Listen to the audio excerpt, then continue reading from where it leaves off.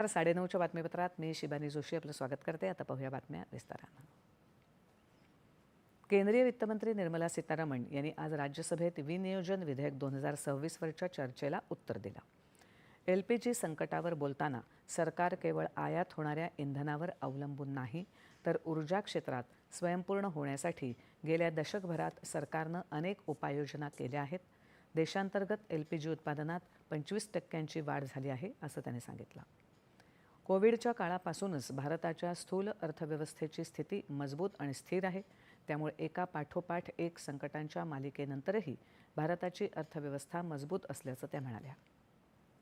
आमच्या सरकारनं आरोग्य विम्याला प्राधान्य दिलं असून या क्षेत्रात 100% थेट परदेशी गुंतवणूक करण्याचा कायदा केला आहे।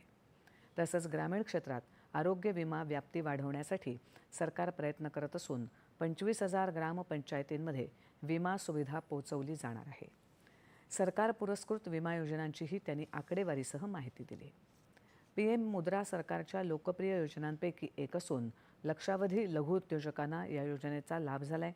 आतापर्यंत या अंतर्गत सुमारे 57 कोटी कर्ज दिलं असून त्यासाठी 40 लाख कोटी रुपये मंजूर करण्यात आलेत आणि बराचसा निधी परतही आलाय, असं त्यांनी सांगितलं। उद्योगांसाठीच्या कॉर्पोरेट सामाजिक जबाबदारी अंतर्गत मोठा निधी दीर्घकालीन कामांमध्ये खर्च केला जात असल्याचंही त्या म्हणाल्या।